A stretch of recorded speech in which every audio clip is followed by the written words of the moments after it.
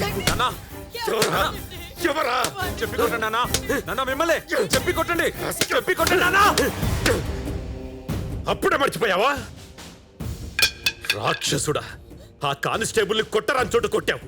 2 కాళ్ళు చచ్చుపడిపోయి మంచాన పడ్డాడు.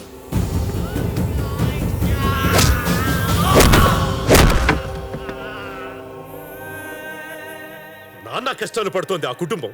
సర్వనాశనం చేశావు కదరా. నీ వల్ల ఎన్ని అనర్థాలు జరిగాయో తెలుసా? పచ్చని కుటుంబాన్ని రోడ్డున పడేశావు కదరా ఎదవా. నీ మొహం నాకు చూపించొద్దు, పోరా అవుట్.